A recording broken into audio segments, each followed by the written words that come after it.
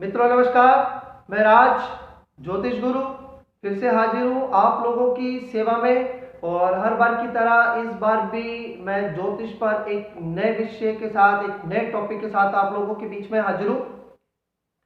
मित्रों, last video मैंने जो बनाया था वो मैंने बनाया था कि आप किसी भी जातक की आयु कैलकुलेट कर सकते हैं कि वो कितने वर्ष तक वो जिएगा। इसके लिए मैंने आपको PAM पाम फॉर्मूला लगाना बताया था।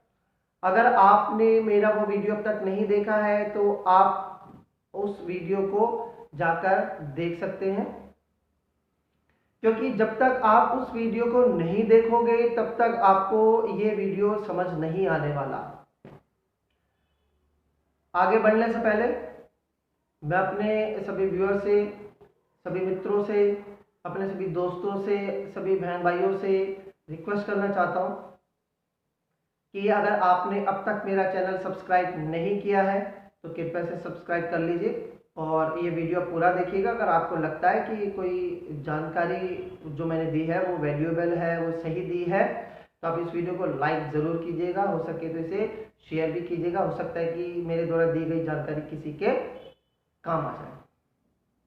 इसके साथ साथ मैं एक रिक्वेस्ट और अपने सभी भाई बहनों से, सभी व्यूअर से, सभी फ्रेंड से, मित्रों से करना चाहता हूँ कि आप जहां पे भी देखें कि मेरा बनाया हुआ कोई वीडियो, उसका कंटेंट चोरी करके अगर किसी दूसरे ने बना लिया है, थोड़ी बहुत हेर फेर करके, इधर उधर करके, मेरा ही कंटेंट, मेरा ही डाटा चोरी करके वो अपना वीडियो बना रहा है, तो आप सभी से रिक्वेस्ट है कि ऐसे लोगों के चैनल को रिपोर्ट जरूर करें, उनके वीडियोस पर रिपोर्ट जरूर करें। क्योंकि इस तरह के जो ठग लोग होते हैं, जो दूसरे का कंटेंट चोरी करके जो अपना वीडियो बनाते हैं, ऐसे लोगों को पंडित या ज्योतिषी या आचार्य कहलाने का कोई हक नहीं है।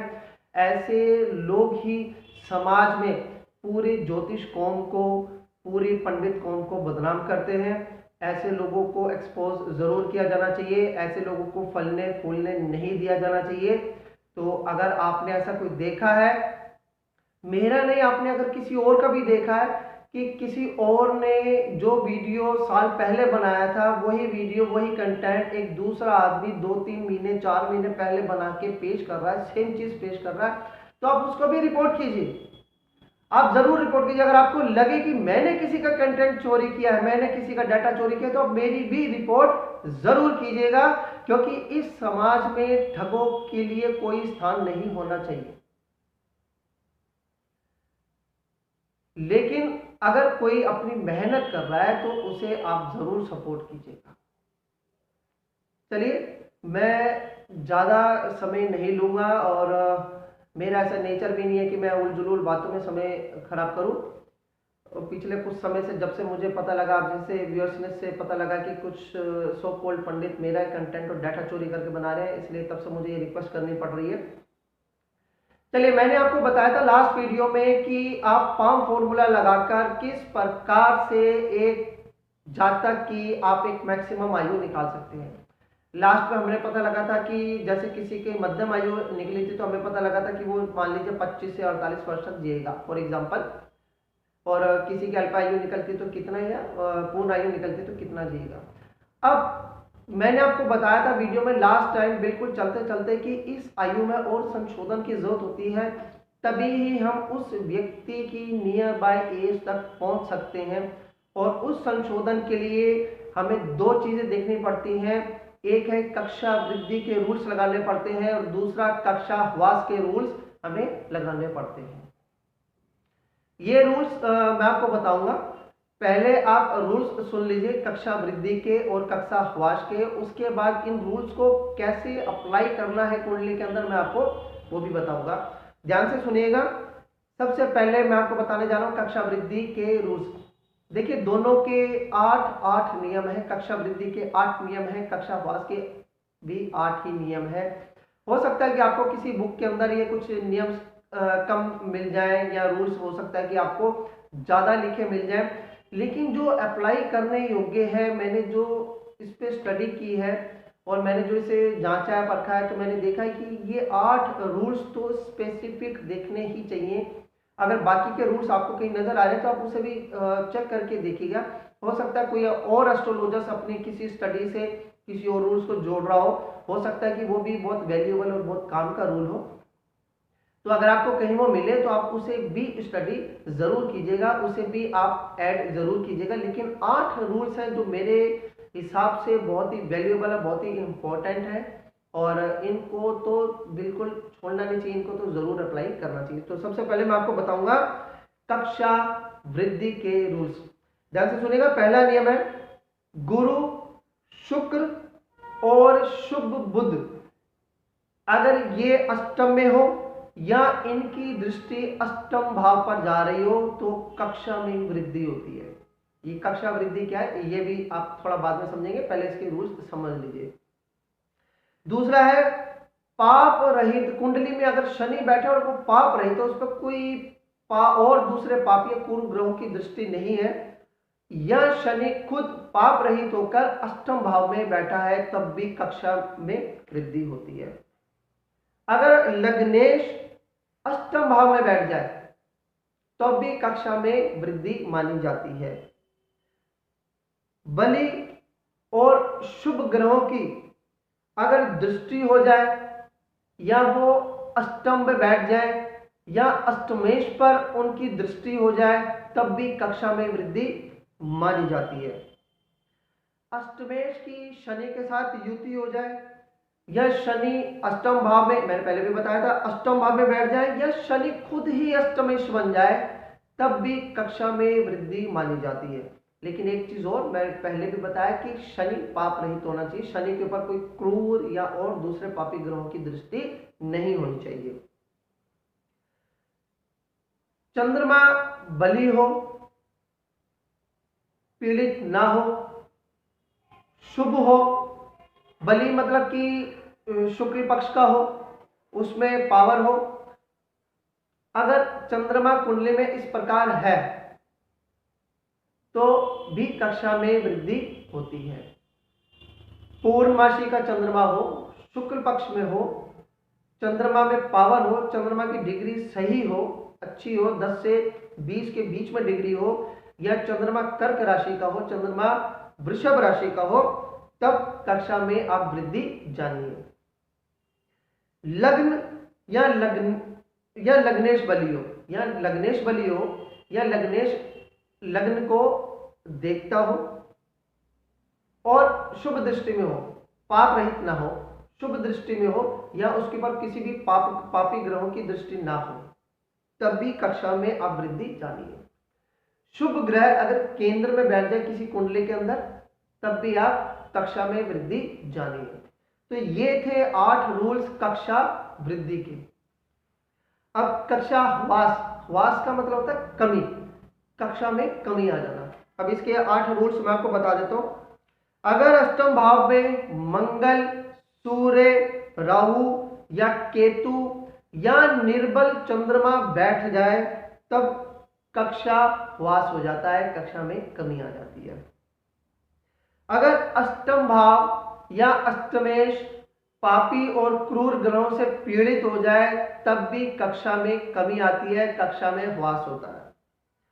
अगर लगन या लग्नेश पीड़ित हो जाए, निर्बल हो जाए तब भी आप इसे कक्षा ह्रास जाने, यानी कि कक्षा में कमी हो गई। अगर किसी कुंडली के अंदर चंद्रमा पीड़ित हो जाए, चंद्रमा निर्बल हो जाए तब भी ये कक्षा ह्रास ही माना जाएगा।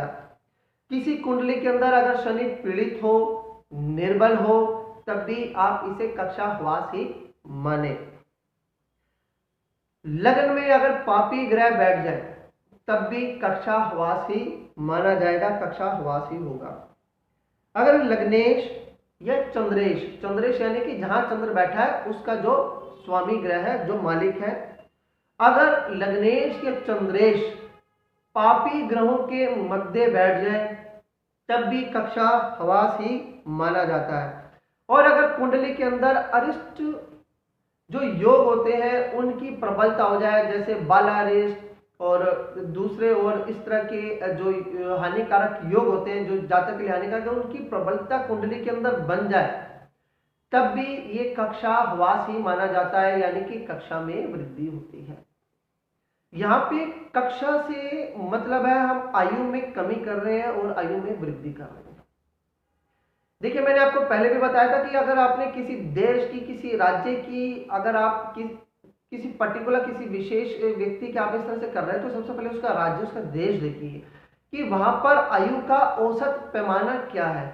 मान लीजिए कि अगर किसी राज्य में व्यक्ति या किसी और दूसरे देश में लोग ज्यादा जी रहे हैं, 70, 80, 90, 100 वर्ष तक जी रहे हैं, तब आप एक कक्षा को 10 से 12 वर्ष के बीच में रखिएगा।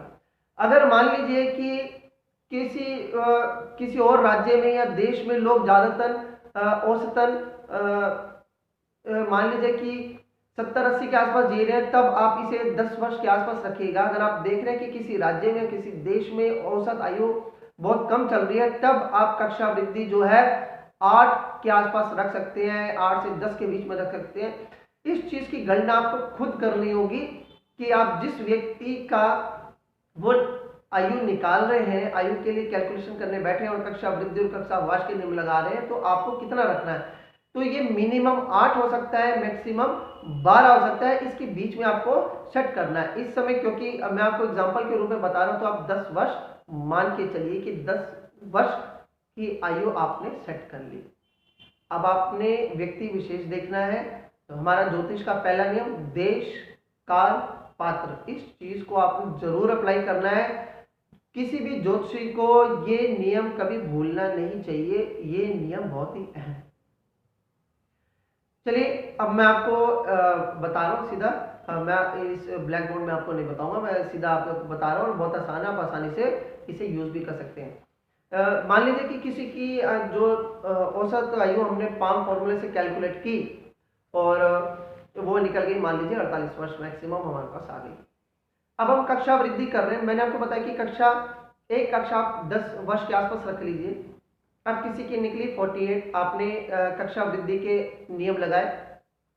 कक्षा वृद्धि में मान लीजिए कि आपको 2 नियम उस कुंडली के अंदर मिले, तो औसत हमने रखा था 10 और मैक्सिमम हमारा निकला था 48 वर्ष, पाम फॉर्मूला कैलकुलेट करके। मान लीजिए, मैं आपको एग्जांपल के तौर पे बता रहा हूँ इस चीज को, जब आप करने बैठेंगे तो आपको और क्लियर हो जाएगा।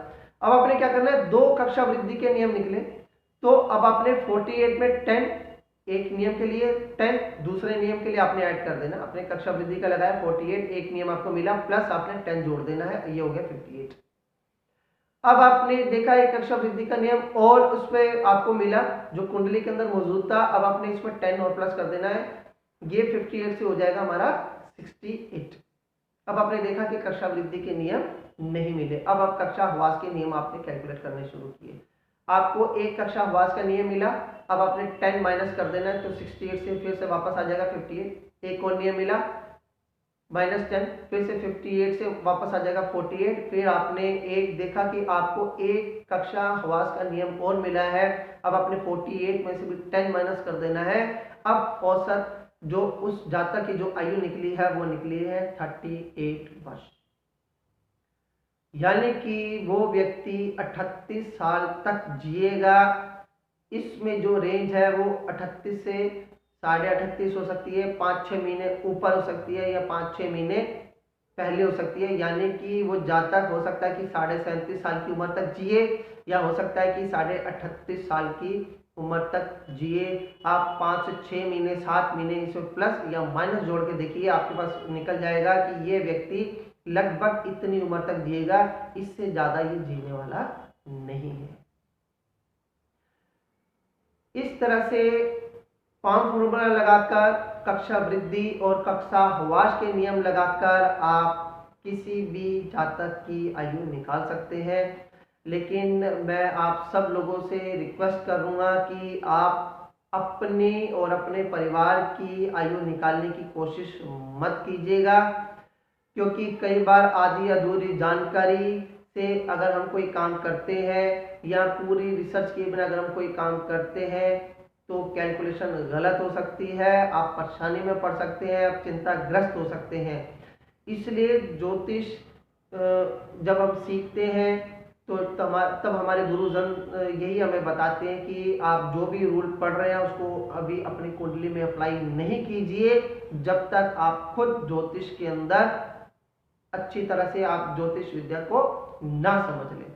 इसी तरह से मैं आपको रिक्वेस्ट करूंगा, अपने किसी भी परिवार के सदस्य की और अपनी आयु निकालने की कोशिश मत कीजिएगा। आप बुक से कोई भी कुंडली उठाकर, वो आपको गूगल पे भी बहुत सी कुंडली मिल जाएंगी, आप इस फॉर्मूले को चेक कर सकते हैं, कैलकुलेट आप कर सकते हैं। मित्रों, मुझे बताना ना भूलेगा कैसा लगा आपको ये वीडियो, आप कमेंट जरूर कीजिएगा। और आप में से बहुत लोगों के पास मेरा व्हाट्सअप नंबर है और बहुत से लोगों के मुझे मैसेज आते रहते हैं और मुझे इस चीज़ की बहुत खुशी होती है। मैं बहुत से लोगों को रिप्लाई नहीं कर पाता, लेकिन मुझे बहुत सी खुशी होती है कि आप लोग मेरा वीडियो देखते हैं और आप उस चीज़ को रिप्लाई भी करते हैं। बहुत कम रिप्लाई जो है आप यूट्यूब पे कर रहे हैं, लेकिन आप मेरे से पर्सनल टच पे आना चाहते हैं, इस चीज़ की मुझे बहुत ही खुशी होती है। चलिए मित्रों, अगली बार फिर एक नई जानकारी के साथ आप सब लोगों के बीच में प्रस्तुत होऊंगा। तब तक के लिए मुझे आज्ञा दीजिए। जय माता दी।